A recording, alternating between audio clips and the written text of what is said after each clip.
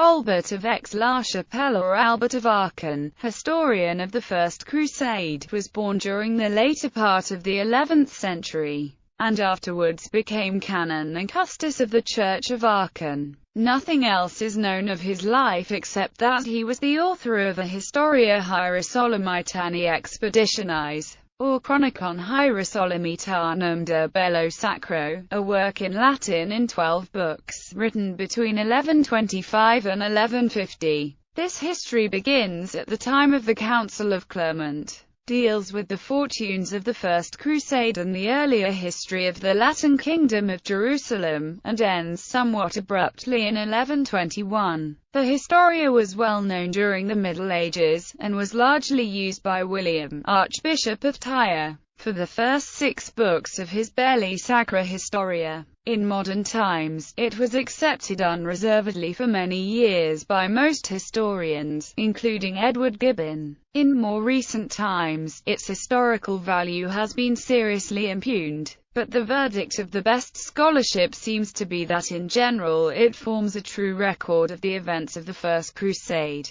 Although containing some legendary matter, Albert never visited the Holy Land, but he appears to have had a considerable amount of discourse with returned crusaders, and to have had access to valuable correspondence. Unlike many other chronicles of the First Crusade, Albert did not rely on the Gesta Francorum, but used his own independent interviews. The first edition of the history was published at Helmstedt in 1584, and a good edition is in the Recueil des Historiens des Croisades, Tome IV.